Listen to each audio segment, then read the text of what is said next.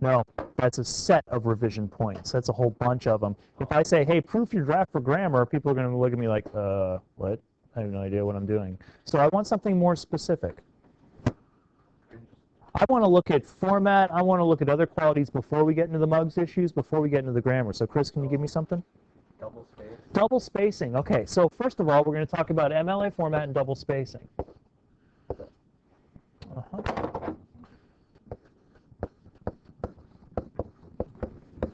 Check that everything in your paper is double spaced. Mojo, your works cited page is not double spaced, so please make sure that it is. And if it is not, make a comment on there that something is not double spaced. For the most part, you're doing well. Kale, next. Heading.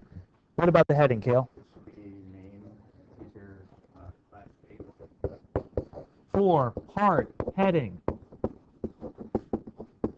Kale, say the order one more time. Name, teacher, class 8. Name, teacher, class date. Make sure that it is correct. And the date should be fine either way you do it. May 4th, 2012 or 4 May 2012. Just don't use the slashes. Next, Dominic. Page number, oh, you mean the header? Excellent. Okay, so we're still on MLA format. Header, top right. And that includes what? Put your hands down. Piece of information, what? And? That's right, last name and the page number. Dominic, do you remember what sort of mistakes students often make when they're making the header that actually violates format technically? Not usually. There's something else more common. Lindsay? The font. The font is different. Quite often you have selected Times New Roman font for your entire paper. However, Microsoft Word defaults to Calibri or something else up there in your header.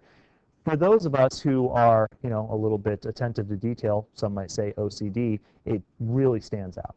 So double check yours. Remember, you're checking right now. Check your name, check the number to make sure it is Times New Roman font along with the rest of your paper. Chris? Question. You counted off MLA for the space between my paragraphs. Yes. Like this was right or not? I didn't notice that yours had a problem. Yours is fine right now. Okay. So I think Reams was one of the only ones that I remember with the problem there. So no extra spaces between paragraphs. Ream or anybody else, do you need to see that again in Word? No? You know how to remove that? Okay. Chris? No, it's not a problem, but I thought if I did it wrong again, Okay. You're good right now. If anybody ever needs to see that again in Word, I'd be happy to show it to you. So please make sure. But so far, I think Reams was the only one that I said that had that after spacing. So that's good. But if you know how to fix it, we're on track. Next. Kale. Title. What is the title for this paper? Current events report number 5. Where is that title, Kale? Top center, right below the heading. Lucas. You said write out numbers. Which numbers? Let's say I have his age is 43. Right. But I have to write 43 out. Lucas, the rule on the numbers versus numerals is a little bit strange sometimes.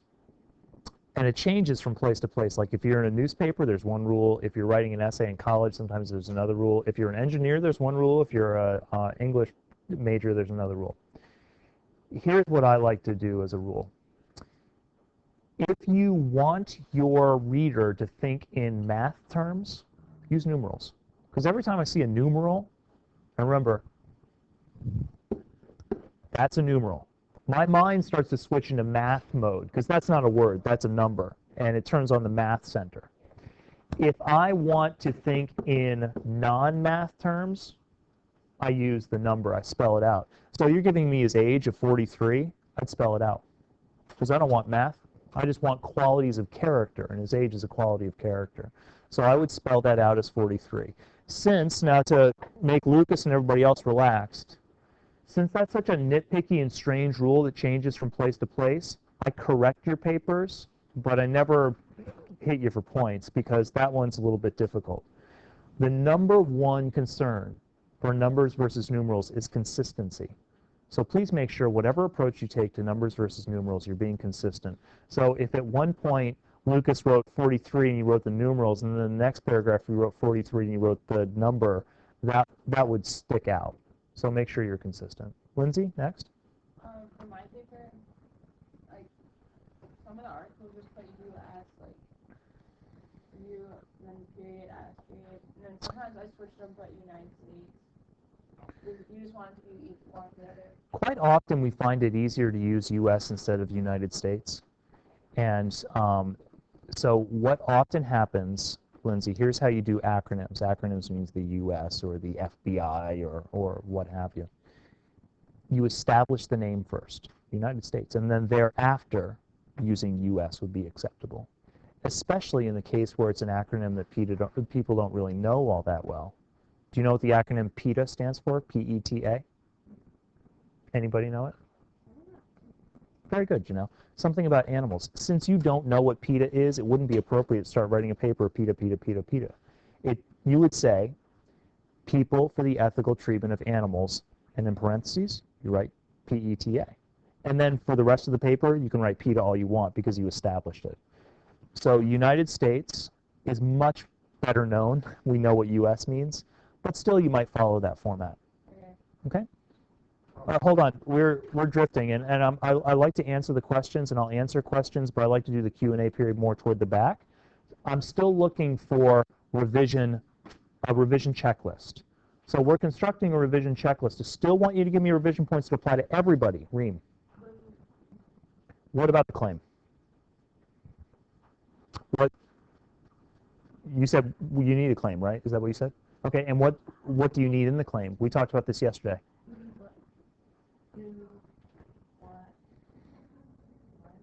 Very good. Claim in this paper should consist of 3 parts since it's a current event report. Might you include other information? Sure, but I would minimally like to see these 3 parts. So take a look at your claim right now. Remember, as we go through this, you're revising, not just staring off into space, Yusuf.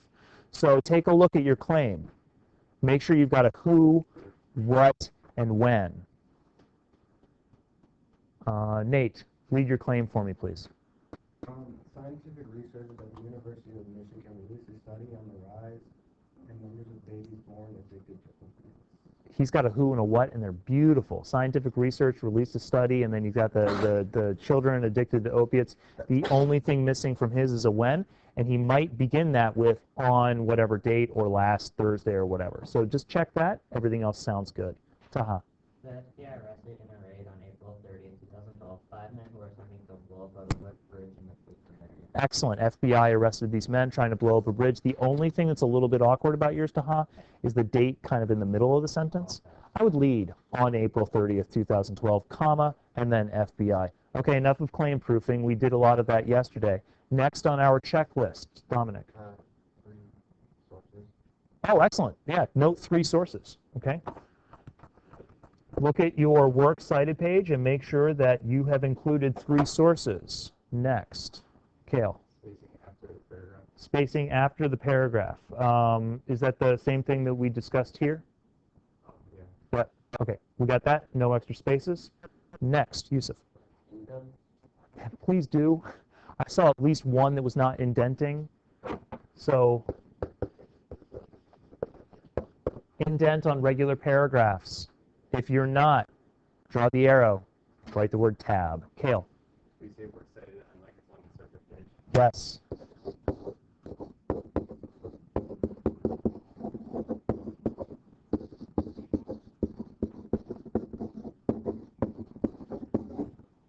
Lindsay. Thank you. Hanging indents. I saw at least a couple that did not do this. Hanging indentation on the works cited. Chris. I think we have like 3 index citations. Yes, thank you. Pause for a moment. This is vitally important. Let's take this for a moment and go carefully. Chris, an in-text citation, what piece of information should I see for the in-text citation? The author's last name. Possibly.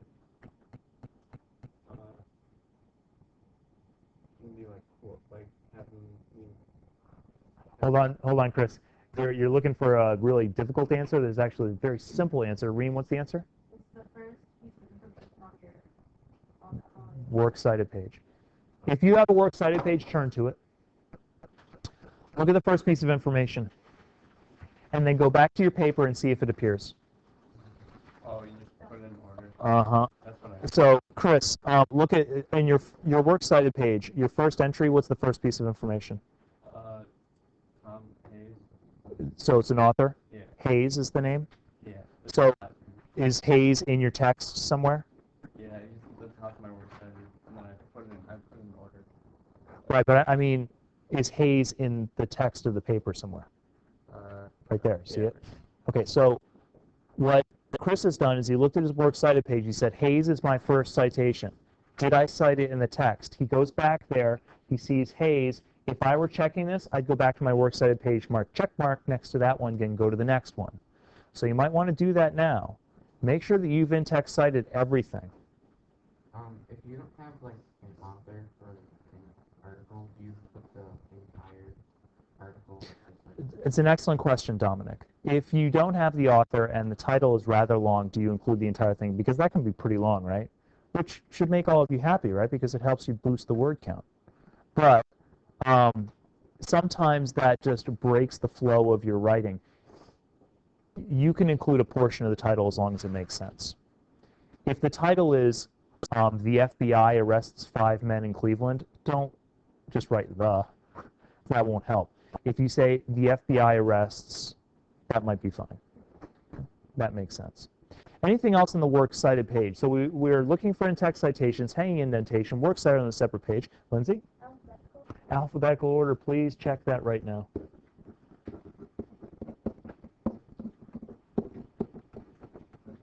Kevin, did you have something else? Yeah, I'm wondering if the argument you have an author would you look for a contributor and use that instead? Would I look for what in using it? Contributor? A contributor? No, I would, unless it has a listed author, I just don't include anything. I start with the minor title. Chris? After like the title or whatever in your works cited, are you supposed to like underline the website with Italicize the website. Oh. Underlining, Chris, is acceptable, but it's archaic. That means it's old-fashioned. We don't do it anymore. We only underline when we're handwriting, and this time we italicize. So you should probably change that. But Chris, when you go to college, you're going to find some crusty old professor that has been teaching since 1902, and they're going to ask you to underline it. But most of us that are not, 110 years old, we're going to ask you to italicize it. Okay? Taha. And for like my in-text citations, like it doesn't have an author, so in the parentheses I put in 5 arrested for allegedly trying to blow up Ohio grade site, like shorten that. You can if the shortening makes sense. So, like I said to Dominic, if you want to shorten a long title, as long as you shorten it to enough for me to see it on the works cited page, that will be fine. Taha, looking at, you say you have it in parentheses? Yeah. Is it quoted in parentheses? Yes, quoted. Excellent. Please make sure, and this is something else I want you to look at right now, consistent title formatting. That means if the title is italicized on the works cited page, it's italicized in the text as well. If it's quoted on the works cited page, it's quoted in the text. You want to know what constantly students do?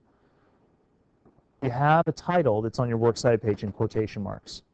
In the text, you put it in parentheses, and suddenly the quotation marks disappear. Why? I don't know.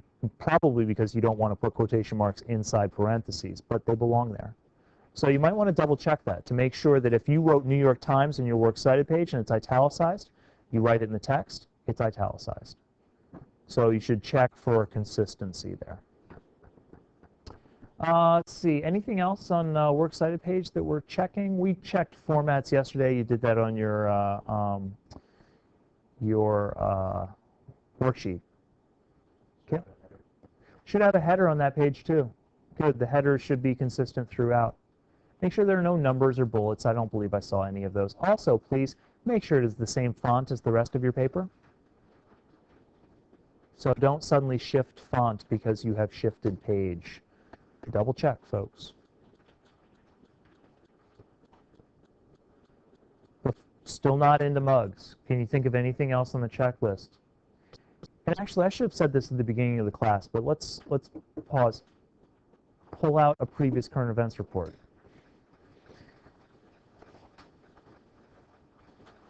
See if you lost points on the rubric for anything else on the last one.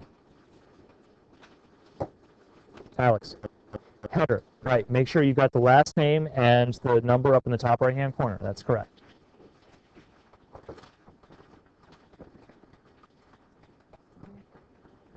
Lindsay. Thank you. Introduce your resources. So I want you to look in your paper.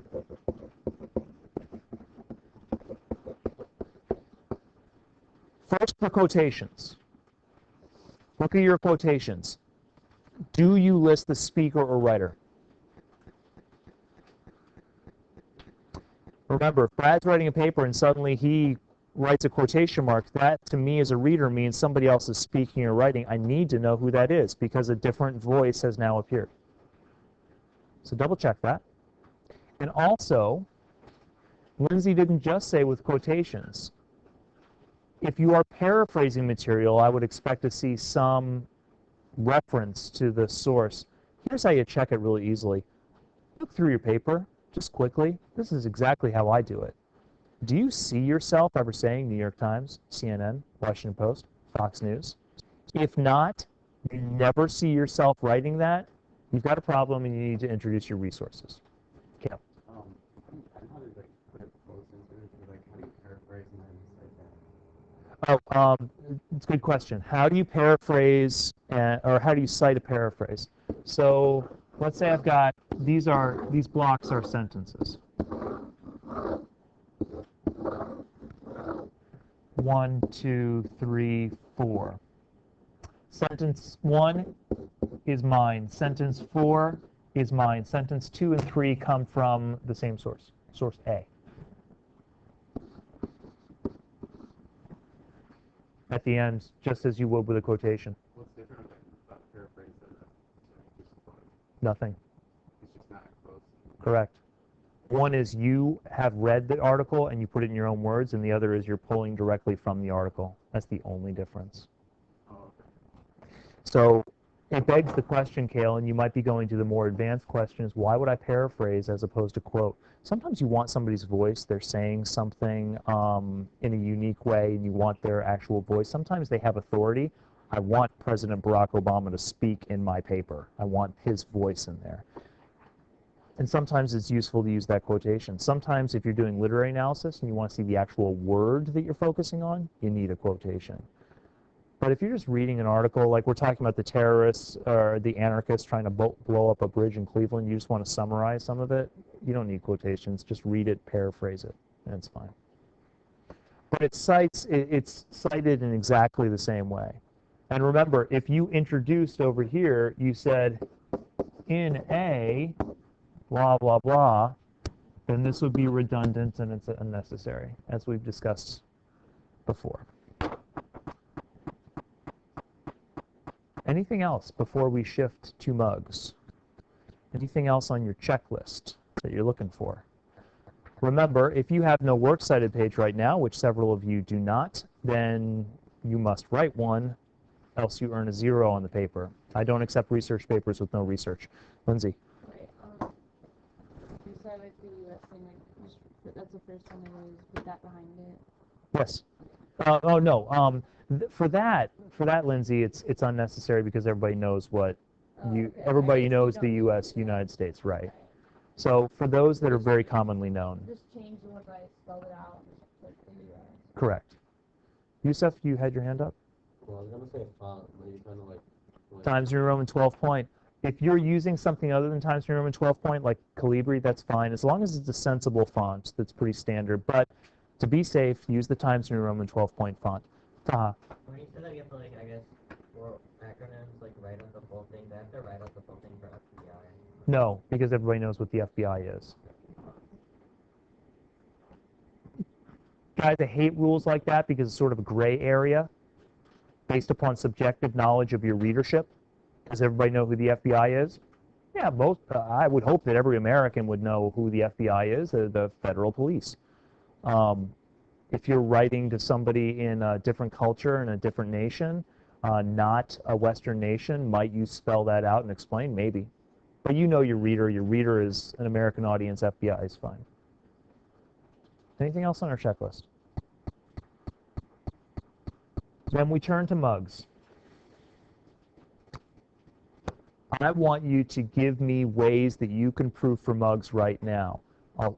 So I'll start you off with one. Look for apostrophes and circle all your contractions so you can fix them. Yusuf, I think I saw some contractions in yours. Look through, find the apostrophes, circle the contractions. Remember that Word will do this for you if you turn on that grammar check. Janelle. You're allowed to do anything in quotations as long as it's directly quoted, yes. I only ever correct quotations or mark points off for them if I see a gross misspelling in the quotation. That usually tells me that the student transcribed improperly. Not that the original source misspelled, but that you didn't type it correctly. But if somebody's using a contraction or slang or a run-on sentence structure in a quotation, you don't lose points because that's their voice. Something else in mugs. Look at your previous paper and the highlights. Yes? Passive voice. Taha, give me 2 ways you can proof for the passive voice to find it. It sounds like in past tense. Aha. Part of it's in past tense. Part is the past participle verb. What's the other part of the passive voice? Nope. Definitely not ing, because ing would be the present participle. We look at a past participle plus. Do you have an example of the passive voice on you? Right there? I don't know. I mean, it's like we're attempting to, but I mean, I don't know. What's that first part of that verb phrase? Dominic, do you have it? Which helping verb? To be.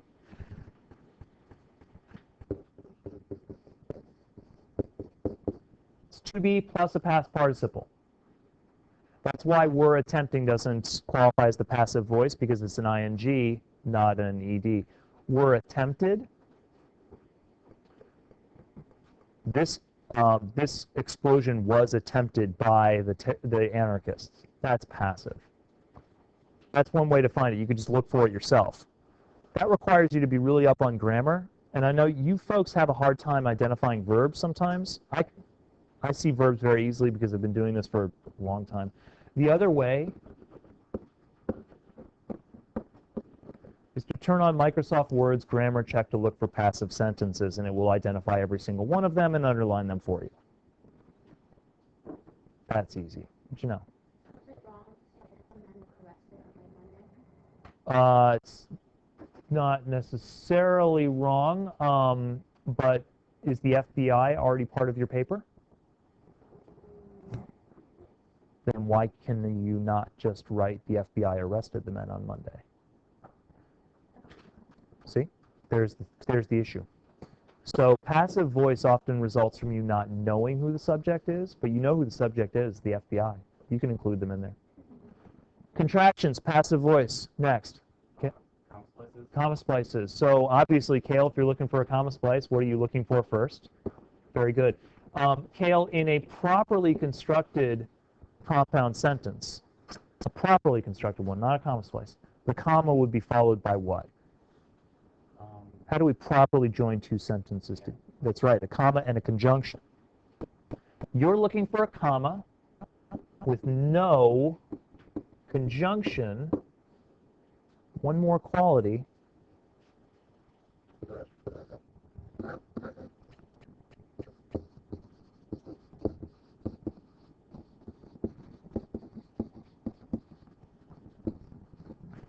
You have a complete sentence on both sides. A comma splice is when you improperly join two sentences together. You got a complete sentence on both sides, it's just a comma, no conjunction. Should you look for them? You should if you have a problem with them. How would you know you have a problem with them? how many papers have you written for me right now by this point? I don't know, 15? Feels like that. And I've marked every single comma splice. And then you did a mugs review activity where you cataloged your major errors. If the comma splice is an error for you, Microsoft Word's grammar check does not pick it up very well. Use this approach. Next. Mugs. Don't stare at me, don't stare at a wall. Look at your past paper and look at the highlights. Yeah. Capitalization. Let's talk about the capitalization rule. So, Lindsay, in MLA, what do you capitalize in titles? All major words. No prepositions, no articles. All major words. What other capitalization rules do you think students might have a problem with? Proper nouns. They usually capitalize proper nouns, but quite often they start capitalizing common nouns, just because the word seems to be important. Like the word anarchist. Okay, word anarchist seems to be important. It's a word with content. It looks, wow, that's a cool word. I will capitalize it. No.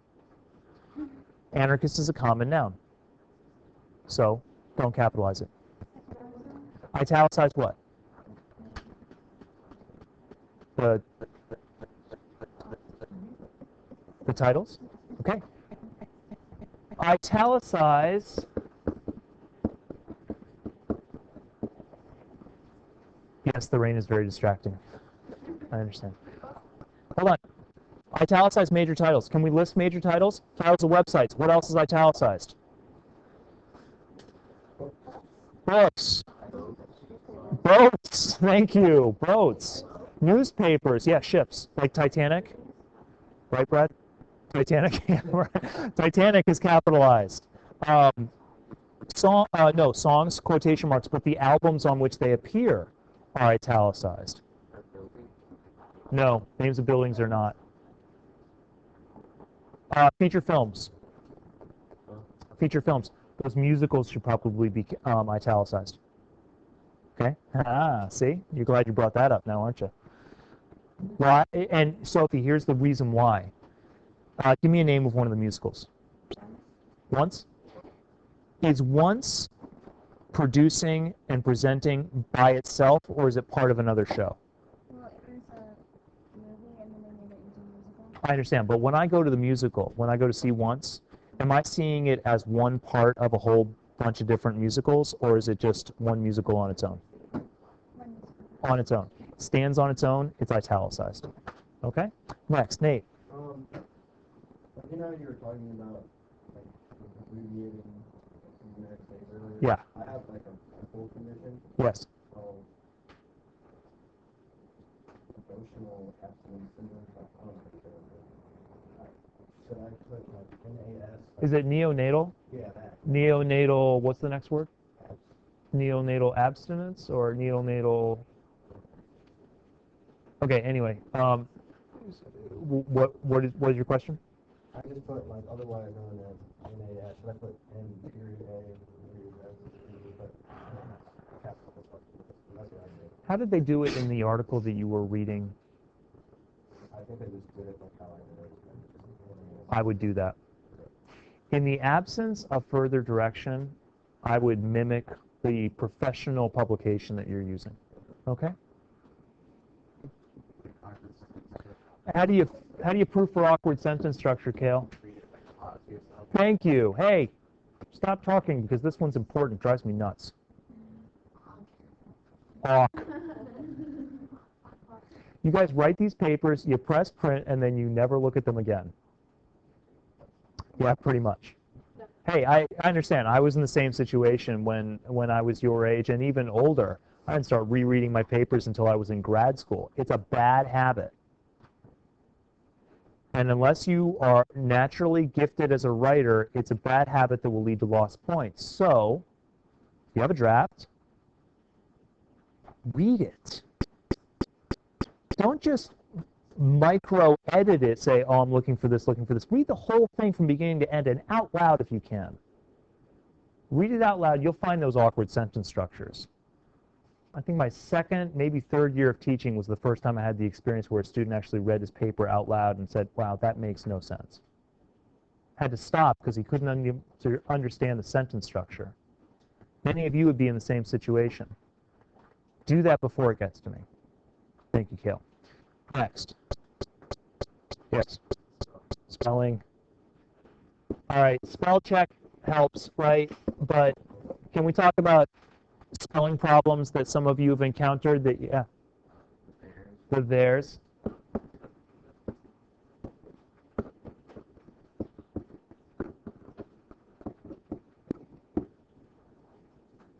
Here's one that many of you miss and don't even notice you miss. And I've talked to students about this before, and I get the blank look like they don't understand what I'm talking about. These are two different words.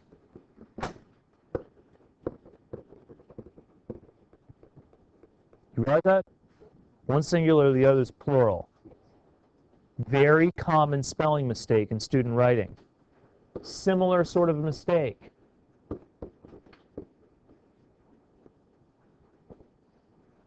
Rachel. I don't understand the difference between like accept with EX and then accept with ACC. Like when do you use Okay, good question. Let's see, I'm trying to figure out an easy way for you to remember. Well, X, the prefix X means out, right? So your ex-friend, ex-boyfriend, ex-girlfriend, something is out. That's when you say everything except this. Okay, so get it out. So there's the X. The other accept is I accept an award. And you might think about that as A is a good grade and A is good. I accept. so like exception would be EX. Correct. Because it's an exception to the rule. It doesn't go along with the rule. Does that make sense? So I'll try, see if that memory device helps for you. But there's the difference. Other mugs issues.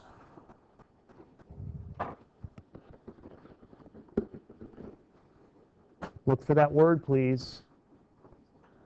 There. T-H-E-R-E. Yes. Lucas. Wait, can you have was? Lucas, look out for was if it's by itself.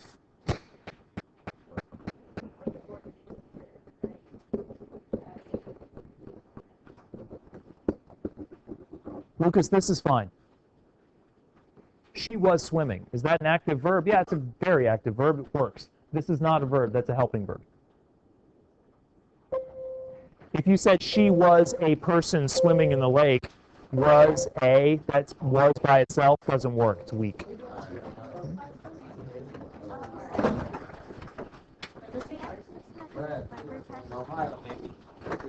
Hold on, hold on.